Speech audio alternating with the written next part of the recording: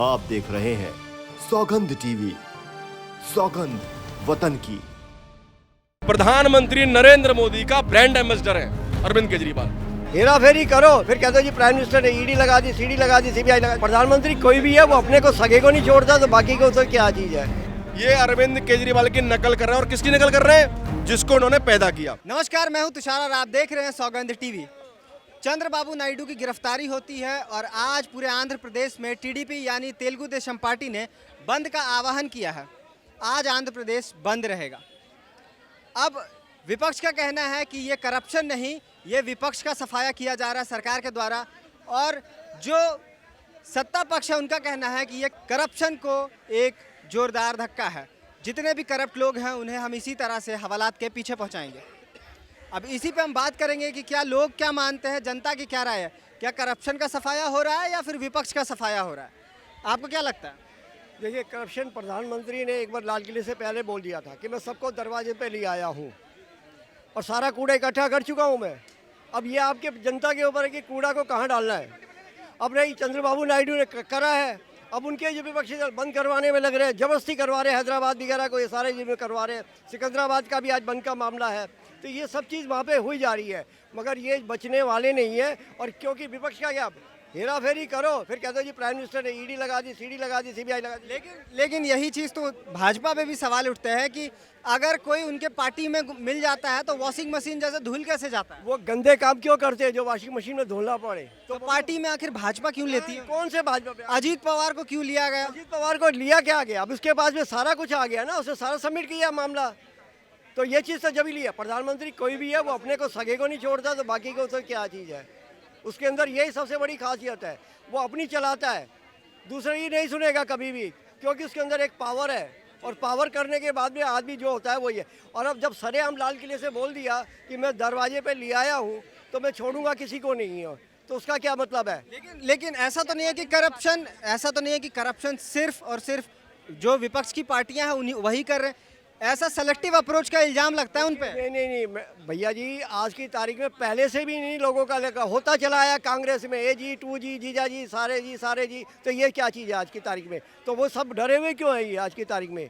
समझे ना, आज इनको कुछ मुद्दा तो मिलता नहीं है अडानी और अंबानी पे। आज अडानी अंबानी, मैं तो कहता राहुल गांधी के जो जीजा जी हैं रॉबर्ट वाड्रा, तो उनसे वो सरेआम कहते हैं कि अडानी मैं मान जाऊं, सरेआम एक बार टीवी पे बोल दे। भाजपा भी तो जेपीसी की जांच नहीं करा रही है अडानी पे। क्यों नहीं? अडानी में क्यों नहीं जांच हो रही है पूरा? अभी तो पीछे भी तो हेमंत के लिए चक्कर में क्या हुआ था कि इतने LIC डूब गई, इतना शेयर हो गया, ये हो गया, फिर कैसे हो गया मामला सर? हमारे देश में जो हो रहा है ना, अभी तक बहुत अच्छा हो रहा है, अभी आने वाले टाइम में अभी और भी अच्छा होने वाला है। और आपको सर क्या लगता है कि विपक्ष का सफाया हो रहा है या करप्शन का सफाया हो रहा है? आपने सवाल किया कि अदानी की सरकार जांच क्यों नहीं करा रही है। सेबी की रिपोर्ट आई थी, नहीं आई थी?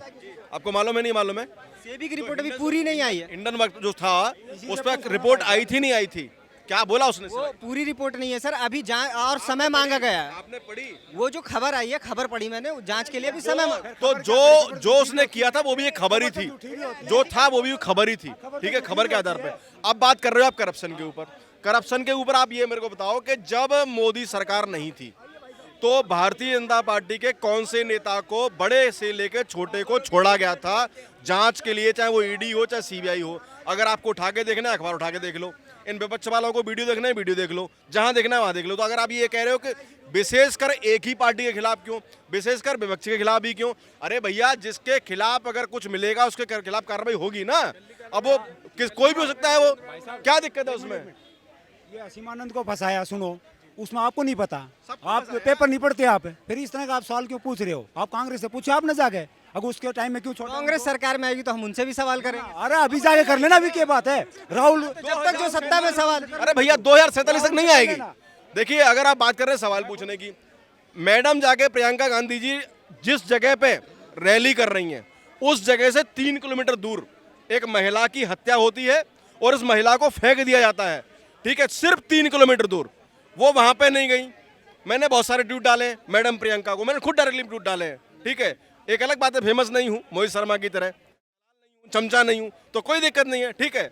उसमें सुन लो, उसकी सुन लो। नहीं दर्द है, नहीं दर्द है, देखो यार दर्द बहुत है, और हर जगह बाम लेके नहीं घूमता मैं, ठीक है।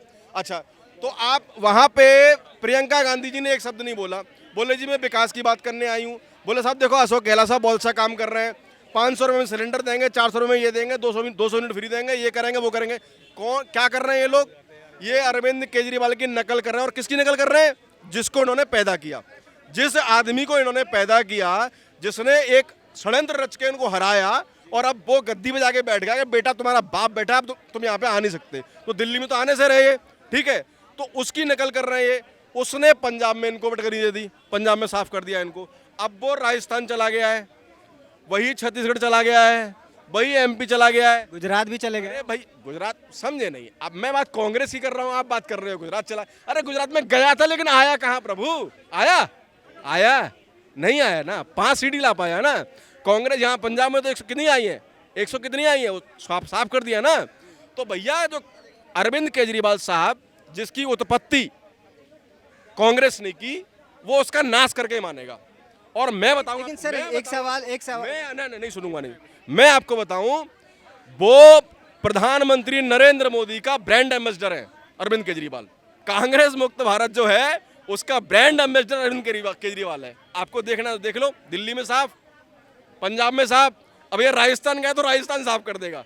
जहां सर जाएगा एक सवाल जो है कि जो सरकार है, सरकार हर पार्टी में करप्शन तो एलिगेशन तो हर पार्टी में लगी है, लेकिन जो सेलेक्टिव अप्रोच है उस पर सवाल खड़े होते हैं कि आखिर विपक्ष में जो कुछ लोगों को जो टारगेट किया जाता है, और जब वो भाजपा ज्वाइन कर लेते हैं तो फिर उन पे कार्रवाई रुक क्यों जाती है? कौन कह रहा है कार्रवाई रुक जाती है? कैसे? अजीत पवार को उन्होंने क्यों ले लिया? आप मुझे बताइए, कोई चीज जिसकी जांच चल रही हो, जो कोर्ट में हो, जो किसी एजेंसी के पास हो, क्या आपके पास रिपोर्ट आती है? लेकिन सर मेरी आपके सवाल का जवाब तो दूं पहले आपको मैं। फिर विपक्ष की जो पार्टियां हैं, क्या उनके पास रिपोर्ट आती है कि भैया हमने जांच रोक दी? बिल्कुल ऐसा नहीं है, जांच चल रही होती है।